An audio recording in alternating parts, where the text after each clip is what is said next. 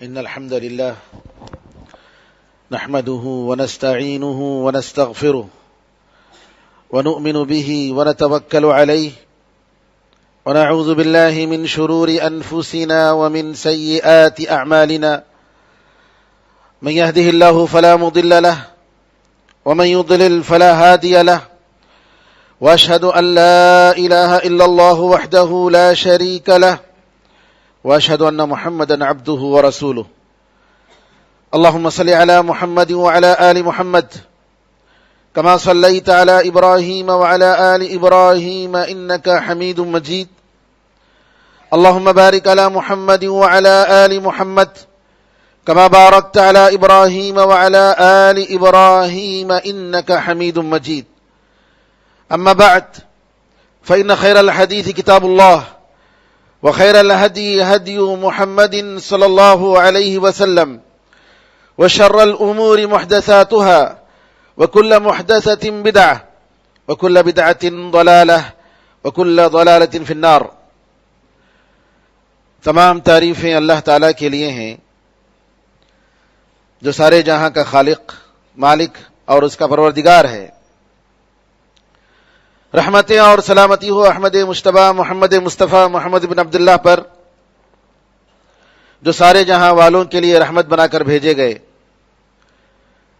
برادران اسلام، دختران ملت، آج کی دنیا پر جب ہم نظر ڈالتے ہیں تو یہ بات سامنے آتی ہے کہ ہر جگہ ظالموں کی حکومت ہے الا ماشاء اللہ. جہاں دیکھیں وہاں پر ایسے لوگوں کی حکومتیں بن رہی ہیں جو نعوذ باللہ اپنی رعایا پر، معصوموں پر، مسلمانوں پر اپنا ظلم ڈھا رہے ہیں اور ان کو طاقت پر طاقت ملتی جا رہی ہے. کہیں کوئی حکومت کمزور اور نہتے مسلمانوں کو لاکھوں کی تعداد میں بمباری کے ذریعے ختم کر رہی ہے، کہیں یہ دھمکی دی جا رہی ہے کہ ہم ہمارے ملک میں مسلمانوں کو رہنے نہیں دیں گے، یہاں سے ہم مسلمانوں کو باہر نکالیں گے. مختلف قسم کے چیلنجز اور مختلف قسم کی پریشانیاں معصوم مسلمانوں کو درپیش ہیں. کہیں سیریا میں مسلمان پریشان ہیں تو کہیں برما میں. برما کی حالت ایک عرصے سے آپ دیکھ رہے ہیں، کوئی نئی چیز نہیں ہے. کس طریقے سے وہاں کے مسلمانوں کے ساتھ سلوک کیا جا رہا ہے، کیسے ان کو دریا میں ڈبو کر زبردستی قتل و غارت گری کر کے ان کو ختم کرنے کی پوری پلاننگ ہو رہی ہے. ایسے حالات میں ہم مسلمانوں کو یہ سمجھنے کی ضرورت ہے، یہ یاد کرنے کی ضرورت ہے کہ سب سے بڑا طاقتور وہ اللہ تعالی ہے. وہ اللہ ظالموں کو مہلت دیتا ہے، ان کے ظلم کا بدلہ بہت جلد ہی اللہ تعالیٰ دکھاتا ہے، چکھاتا ہے، اور ہمیں اس پر یقین کرنا چاہیے.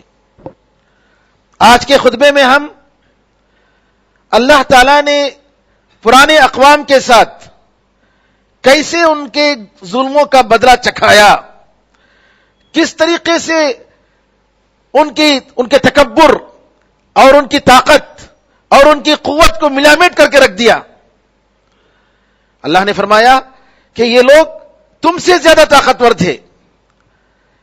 آج ٹیکنالوجی کی جتنی بڑی ترقی ہوئی ہو اور انسان کو برباد کرنے کے جتنے وسائل اگر اس نے بنا لیے ہیں، لیکن اللہ تعالیٰ کی طاقت کے سامنے اس کی کوئی حیثیت نہیں ہے. ہمیں یاد کرنے کی ضرورت ہے اور ہمیں ڈرنے کی ضرورت نہیں. مسلمان کبھی بھی اللہ پر بھروسہ کرتا ہے، اللہ سے امید رکھتا ہے، اللہ تعالیٰ کی طاقت پر اس کو بھروسہ ہے، اور دنیا کی بڑی بڑی طاقتوں سے وہ گھبراتا نہیں ہے. ہم نے دیکھا کہ سیریا سے جو مسلمانوں کو نکال کر باہر کیا گیا، الیپو شہر سے، حلب سے، ان کے جو بیانات ہیں، ان کے شوہر مارے گئے، ان کے ماں باپ کے ساتھ ظلم کیا گیا، ان کے بھائیوں کے ساتھ ظلم ہوا، لیکن آپ دیکھیں گے کہ ان کے الفاظ، ان کے جملے کہہ رہے ہیں اللہ پر بھروسہ ہے، ہمیں اللہ سے امید ہے کہ یہ ظلم ختم ہوگا اور اللہ تعالی ہم لوگوں کو ہماری بستی واپس، ہمارا وطن واپس دلائے گا۔ جی ہاں، یہاں اللہ تعالیٰ کی طاقت کو ہمیں یاد کرنے کی ضرورت ہے۔ اللہ فرماتا ہے انما قولنا لشيء اذا اردناه ان نقول له كن فيكون، جب ہم کسی چیز کو چاہتے ہیں، ہم ارادہ کرتے ہیں، تو اس کو کہہ دیتے کہ ہو جا تو ہو جاتا ہے۔ یہ اللہ کی طاقت، ہو جا تو فوراً وہ ہو جاتا ہے، کسی قسم کی تاخیر نہیں ہوتی۔ ہر ظالم کو اللہ تعالیٰ کی قدرت اور قوت کو یاد کرنی چاہیے۔ ہر وہ ظالم، چاہے وہ انفرادی طور پر اپنے کسی اس سے کمزور آدمی پر ظلم کر رہا ہو، یا ظالم بادشاہ ہو، یا ظالم ذمہ دار ہو، اللہ تعالیٰ کی طاقت کو یاد کرنا چاہیے۔ ایک صحابی اپنے ایک غلام کو مار رہے تھے، پیچھے سے آواز آئی، کہا للہ اقدر علیک منک علیہ، اللہ تعالیٰ ضرور تم جتنا اس پر طاقت رکھتے ہو اس سے بڑھ کر اللہ تعالیٰ تم پر طاقت رکھتا ہے۔ صحابی نے پلٹ کر دیکھا تو نبی کریم صلی اللہ علیہ وسلم تھے۔ فوراً انہوں نے ان کے ہاتھ میں جو چھڑی تھی فوراً ڈال دیا اور کہا کہ اللہ کے رسول یہ آزاد ہے۔ اللہ تعالیٰ کا خوف، اللہ تعالیٰ کی قدرت، میرے بزرگوں آج ہمیں اس کو یاد کرنے کی ضرورت ہے۔ کتنے اقوام نے ظلم کیا ہے اور اپنے ظلم کا نشانہ اپنے کمزوروں کو بتایا، لیکن اللہ تعالیٰ سب سے بڑا طاقتور ہے اور اللہ تعالیٰ ہر چیز پر قادر ہے۔ ہم دیکھتے ہیں کہ اللہ تعالیٰ نے کس طریقے سے نوح علیہ السلام کی قوم کو برباد کر دیا طوفان میں۔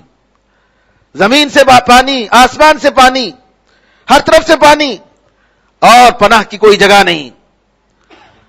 ہود علیہ السلام کی قوم کو ہم دیکھتے ہیں کہ کس طریقے سے قوم عاد کو اللہ تعالیٰ نے 7 رات اور 8 دن زبردست آندھی بھیج کر ان کو ختم کر دیا۔ سورہ احقاف میں قوم عاد کا ذکر کرتے ہوئے اللہ فرماتا ہے کہ اللہ تعالیٰ نے ان سے بارش کو روک لیا۔ بارش کی تلاش میں تھے، پانی نہیں ہے۔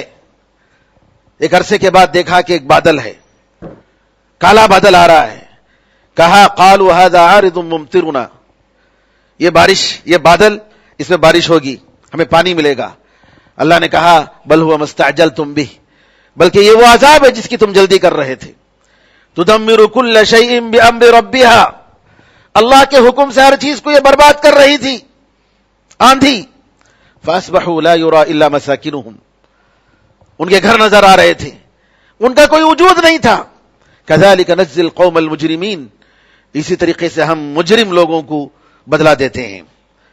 قوم سمود، صالح علیہ السلام نے ان کو دعوت دی، توحید کی دعوت دی، آخرت سے ڈرایا۔ انہوں نے کہا کہ کیا ہے تمہارے پاس، کوئی نشانی بتاؤ۔ انہوں نے طلب کیا کہ یہ چٹان سے جو ہے اونٹ کو نکالو۔ اللہ کے حکم سے اونٹ نکل آیا، لیکن صالح علیہ السلام کی تنبیہ کے باوجود ان لوگوں نے اس کے ساتھ شرارت کی، قتل کیا۔ صالح علیہ السلام نے کہا کہ 3 دن انتظار کرو، 3 دن مزے اڑا لو، عذاب آنے والا ہے۔ 1 دن گزر گیا تو ان لوگوں نے کہا کہ 1 دن تو جا چکا ہے، ابھی عذاب نہیں آیا ہے، کہاں ہے عذاب؟ دوسرا دن گیا، تیسرا دن بھی گیا، چوتھے دن صبح کے وقت عذاب آیا اللہ تعالیٰ کا، اور ایسا عذاب کہ جو ہے ان کا کوئی وجود نہیں رہا۔ ایک طرف سے زلزلہ، دوسری طرف سے آندھی، اور تیسری طرف سے جو ہے ایک ایسا بادل جو آگ پھینک رہا تھا آسمان سے اور ان کو جلا رہا تھا۔ اس قسم کے مختلف عذاب میں اللہ تعالیٰ نے، 3 قسم کے عذاب میں اللہ تعالیٰ نے قوم سمود کو برباد کیا۔ جی ہاں، ان میں سے کچھ لوگ، یہ ایک آدمی ایسا تھا جو کعبے کے پاس مکے میں تھا، ابو رغال اس کا نام تھا، اور عذاب سے بچا ہوا تھا۔ جیسے ہی وہ حرم سے باہر نکلا اللہ تعالیٰ کا عذاب آیا اور اللہ تعالیٰ نے اس کو ختم کر دیا. قوم سمود کا جو یہ واقعہ ہوا، آپ دیکھیں گے کہ اونٹ کو ختم کرنے والا ایک بدبخت آدمی تھا، ایک آدمی جس نے اونٹ کو مارا، اور اس میں دوسرے لوگ ساتھ بعد میں شریک ہو گئے. روایتوں میں، تاریخ کی روایتوں میں آتا ہے کہ یہ کام کرنے سے پہلے ان لوگوں نے ساری بستی والوں سے مشورہ کیا، کیونکہ یہ اونٹ جو اللہ تعالیٰ کا ایک بہت بڑا معجزہ اور اللہ کی نشانی تھی، یہ عجیب و غریب تھی. معمولی اونٹوں کی طرح نہیں، بہت بڑا اونٹ قد و قامت میں. اس اونٹ کو دیکھ کر دنیا کے دوسرے اونٹ بھاگ جاتے تھے، اور پانی پینے کے لیے جاتا تھا تو دوسرے لوگ پانی پینے کے لیے نہیں آتے تھے. تو اللہ تعالیٰ نے متعین کر دیا، قرآن میں اس کا ذکر آیا کہ ایک دن یہ اونٹ پیے گا اور دوسرے دن دوسرے دنیا کے جو اونٹ پیئیں گے، اور یہ لوگ اس سے دودھ بھی لیتے تھے. لیکن جب اللہ کا عذاب آیا تو اللہ تعالیٰ نے سارے لوگوں کو ختم کر دیا. کیوں؟ اس وجہ سے کہ سارے لوگ اس جرم میں شریک تھے. آج ان کے پارلیمنٹ ہاؤسوں میں فیصلہ ہوتا ہے جی، سیریا پر اور عراق پر حملہ کرنے کے لیے جی ان کے پارلیمنٹ ہاؤسوں میں مشورہ کیا روس کے صدر نے، رشیا کے صدر نے، اور سب نے کہا کہ مارنا ہے. کس کے نام پر؟ آئی ایس آئی ایس کے نام پر. آئی ایس آئی ایس کو تو ختم نہیں کر رہے، آئی ایس آئی ایس کو نہیں مار رہے، نہتے کمزور مسلمانوں کو مار رہے ہیں، تاکہ سیریا میں شیعوں کو لا کر بسایا جائے، ان کو آباد کیا جائے، سنیوں کو ختم کر کے، مسلمانوں کو ختم کر کے ان کو وہاں آباد کرنے کے لیے یہ پوری سازش. اور صرف سیریا کی بات نہیں، سیریا، عراق کے بعد سیریا، سیریا کے بعد لبنان، بحرین، پورا سعودی عرب ان کے نشانے میں ہے. تو میرے بزرگوں، یہ پارلیمنٹ ہاؤس میں جس طریقے سے ظلم پر فیصلہ ہوتا ہے، اور سارے کے سارے لوگ اس طریقے سے جو حملہ یعنی مانتے ہیں کسی معصوم لوگوں کو مارنے کے لیے، ظلم کرنے کے لیے، سب لوگ ذمہ دار ہوتے ہیں. اس لیے اللہ تعالیٰ سارے لوگوں پر عذاب بھیجتا ہے. نبی کریم صلی اللہ علیہ وسلم کے بارے میں آتا ہے، آج جو العلا نامی شہر ہے سعودی عرب میں، جس کو مدائن صالح کہتے ہیں، جو تقریباً مدینے سے تقریباً 400 کلومیٹر فاصلے پر ہے، یہاں پر قوم سمود، صالح علیہ السلام کی قوم رہتی تھی، اور ان کے مکانات آج بھی ہیں. غزوہ تبوک کے موقع پر جب نبی کریم صلی اللہ علیہ وسلم کا اس بستی پر گزر ہوا تو نبی کریم صلی اللہ علیہ وسلم نے کہا، اس جگہ اللہ کا عذاب آیا تھا، لہذا اس جگہ پر تم روتے ہوئے جلدی سے گزر جاؤ. تفریح کی جگہ نہیں ہوتے ہیں اللہ تعالیٰ کے عذاب کی جگہ، عبرت کی جگہ ہوتے ہیں. عبرت حاصل کرنا ہے، نصیحت حاصل کرنا ہے. اور وہاں کے کنویں سے کسی نے جی روٹی بنائی تھی کنویں کے پانی سے، تو نبی کریم صلی اللہ علیہ وسلم نے اس کو پھینکنے کا حکم دیا، کہا کہ یہ جگہ وہ جگہ ہے جس جگہ پر اللہ تعالیٰ کا عذاب آیا تھا اس قوم پر، لہذا یہاں کی کوئی چیز استعمال مت کرو. میرے بزرگوں، شعیب علیہ السلام کی قوم کا ہم مطالعہ کرتے ہیں، ان کی تاریخ کا مطالعہ کرتے ہیں، ہم دیکھتے ہیں کس طریقے سے ایک چیخ، ایک زبردست چیخ، اسی چیخ پر پوری قوم ختم ہو جاتی ہے اور سب کے سب مر جاتے ہیں. ان پر بھی جو ہے زلزلہ آیا، اور اللہ تعالیٰ کی طرف سے ایک ایسا عذاب کہ سبحان اللہ، جس کی وجہ سے سارے کے سارے لوگ برباد ہو گئے. لوط علیہ السلام کی قوم کو آپ نے دیکھا، جو نعوذ باللہ مردوں سے اپنی خواہشات پوری کرتے تھے. قوم لوط لواطت میں جو اپنے آپ کو مشغول کی تھی اور عیب نہیں سمجھ رہے تھے نعوذ باللہ اس کو، اللہ تعالیٰ نے ان پر عذاب بھیجا. کیسا عذاب کہ جبریل امین کے پر کے کنارے سے ان کی زمین کو اٹھایا گیا، آسمان تک اوپر لے جا کر. روایتوں میں آتا ہے کہ ان کے کتوں کی بھونکنے کی آواز فرشتوں نے سنا اور وہاں سے ان کو الٹا دیا گیا، اور پھر اس پر پتھر کی بارش کی گئی ان لوگوں پر. البحر المیت جو عراق کے پاس ہے، ڈیڈ سی، یہ ان کی جگہ ہے جہاں پر ان کو برباد کیا گیا، قوم لوط کو. ہم دیکھتے ہیں کہ اللہ تعالیٰ نے کس طریقے سے ان کو برباد کیا، اللہ تعالیٰ کی قوت ان لوگوں پر ظاہر کی. فرعون کیا کہتا تھا یہ انا ربکم الاعلی، میں تمہارا سب سے بڑا خدا ہوں، سب سے بڑا میں پروردگار ہوں. اور کہا کہ یہ جو ندیاں میرے سامنے سے گزر رہی ہیں تم نہیں دیکھ رہے ہو؟ ندیوں پر، نیل پر، نہر نیل پر اس کو فخر تھا. اللہ تعالیٰ نے اسی سمندر میں ڈال کر اس کو ڈبو دیا، اس کو اور اس کی فوج کو، اور ختم کر دیا. قرآن میں اللہ تعالیٰ فرماتا ہے کہ اللہ تعالیٰ کے حکم سے یہ لوگ فَمِمَّا خَطِيئَاتِهِمْ أُغْرِقُوا فَأُدْخِلُوا نَارًا، جی اللہ تعالیٰ نے ان کو غرق کر دیا اور دوزخ میں داخل کر دیا. جی ہاں، قبر میں ان کو عذاب آ رہا ہے، برابر عذاب ہو رہا ہے. جی النَّارُ يُعْرَضُونَ عَلَيْهَا غُدُوًّا وَعَشِيًّا، صبح و شام ان پر دوزخ کی آگ پیش کی جا رہی ہے. وَيَوْمَ تَقُومُ السَّاعَةُ أَدْخِلُوا آلَ فِرْعَوْنَ أَشَدَّ الْعَذَابِ، اور جب قیامت آئے گی کہا جائے گا اے فرعون اور فرعون کے لوگوں، گھر والوں، فرعون کی فوجیوں، زبردست عذاب میں دوزخ میں تم داخل ہو جاؤ. میرے بزرگوں، انفرادی اور اجتماعی عذاب یہ اللہ تعالیٰ کی طاقت کے مظاہر ہیں. قارون کو فخر تھا اس کے مال پر، اس کی دولت پر. اس نے کہا انما اوتیت علی علم من عندی، یہ تو جو ہے میرے علم، میرے پاس ایک علم ہے، نالج ہے، اس نالج کی بنیاد پر، میری ہوشیاری کی بنیاد پر، میرے ٹیلنٹ کی بنیاد پر جو ہے یہ سب خزانہ مجھے اللہ نے دیا ہے، مجھے دیا گیا ہے. اس نے نہیں کہا کہ اللہ نے دیا ہے، کہا مجھے دیا گیا ہے. اللہ تعالیٰ نے کیا کیا؟ زمین میں ایسے ہی دھسا دیا، زمین میں ایسے ہی دھسا دیا. اور کہتے ہیں کسی ایک بدو سے پوچھا گیا جو کہ ایک فرعون سے زیادہ سمجھدار تھا، اس کے پاس بکریاں تھی. کہا کہ یہ بکریاں کس کی ہیں؟ کہا کہ اللہ تعالیٰ کی بکریاں ہیں، میرے ہاتھ میں ہیں، میرے پاس امانت ہیں، لیکن ملکیت اور اس کا صحیح مالک کون ہے؟ وہ اللہ ہے. یہ نہیں کہا کہ میرا ہے، کہا کہ اللہ کا ہے. امانت کے طور پر اللہ نے مجھے دیا ہے.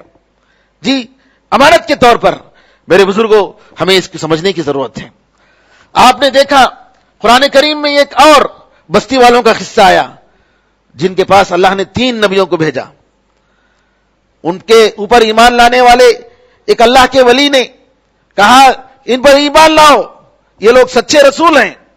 لیکن جب ان کو قتل کر دیا تو جنت میں داخل ہو گئے. اور اس کے بعد اللہ تعالیٰ نے ان پر عذاب بھیجا.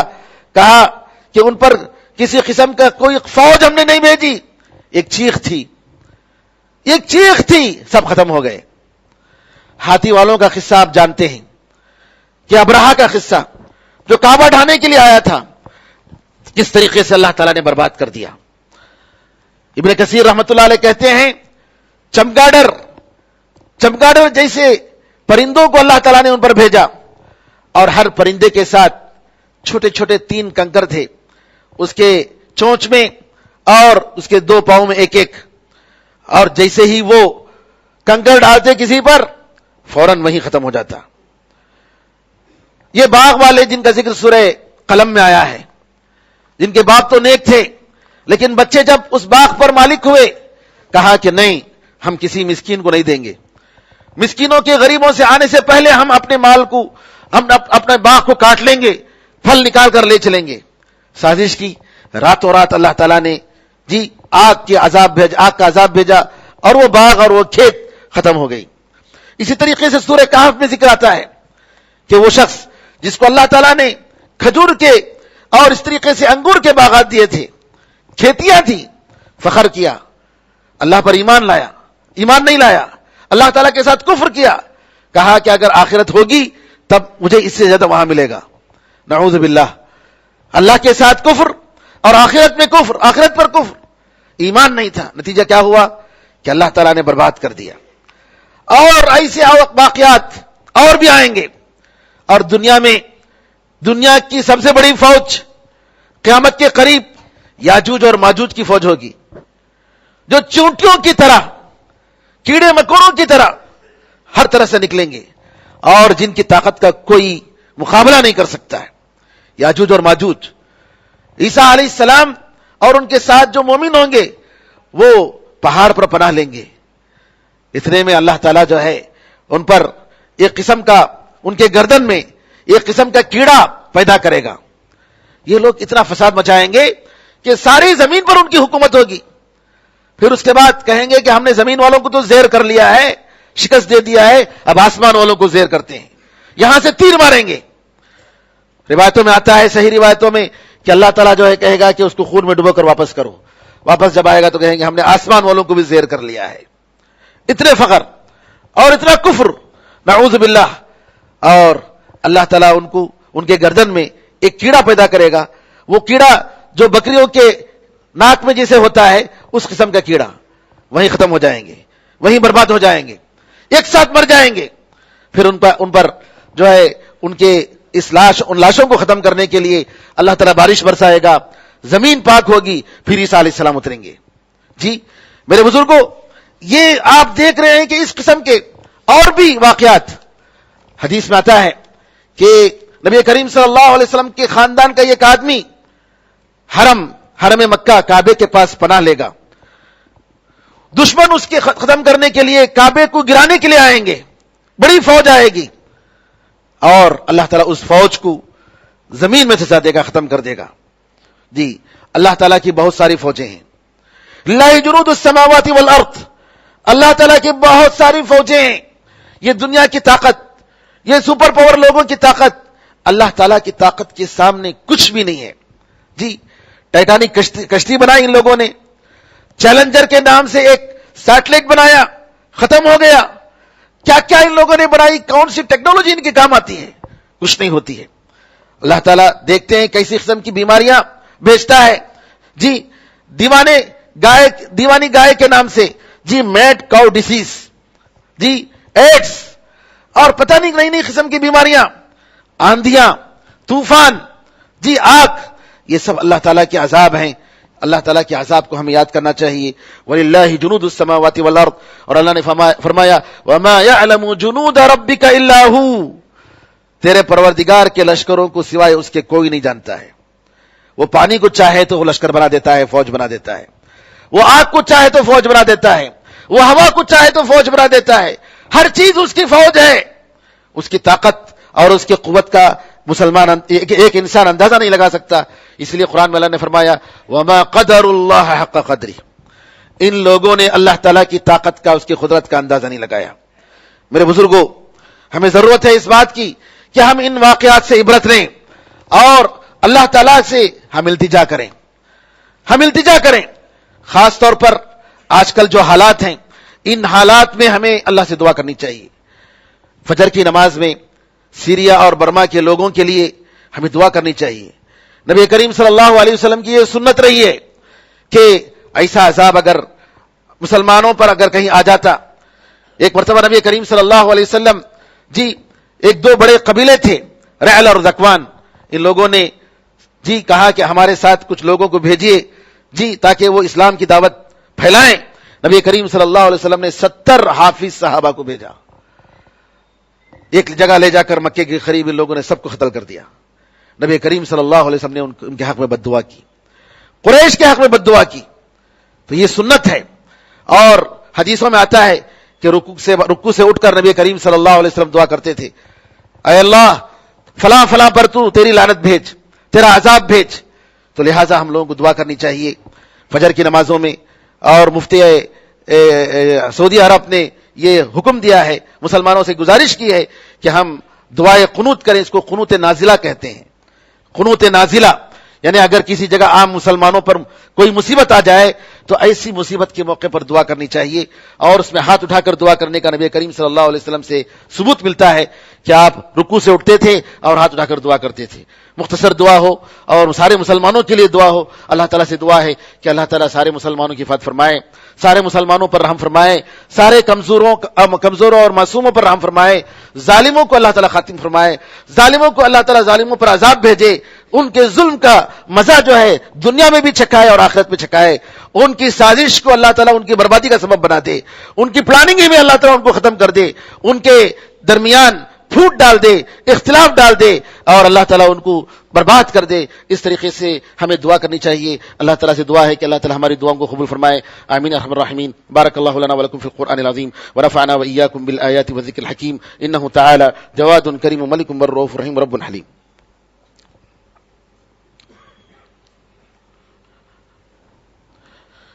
إن الحمد لله نحمده ونستعينه ونستغفره ونؤمن به ونتوكل عليه ونعوذ بالله من شرور أنفسنا ومن سيئات أعمالنا من يهده الله فلا مضل له ومن يضلل فلا هادي له وأشهد أن لا إله إلا الله وحده لا شريك له وأشهد أن محمدا عبده ورسوله اللهم صل على محمد وعلى آل محمد كما صليت على إبراهيم وعلى آل إبراهيم إنك حميد مجيد اللهم بارك على محمد وعلى آل محمد كما باركت على إبراهيم وعلى آل إبراهيم إنك حميد مجيد وصل على جميع الأنبياء والمرسلين والملائكة المقربين والخلفاء الراشدين وعلى جميع الصحابة أجمعين ومن تبعهم بإحسان إلى يوم الدين اللهم اعز الإسلام والمسلمين اللهم انصر الإسلام والمسلمين اللهم انصر من نصر الدين عباد الله رحمكم الله إن الله يأمر بالعدل والإحسان وإيتاء ذي القربى وينهى عن الفحشاء والمنكر والبغي يعظكم لعلكم تذكرون فاذكروا الله يذكركم وادعوه يستجب لكم ولذكر الله أعلى وأولى وأعز وجل وأهم وأتم وأكبر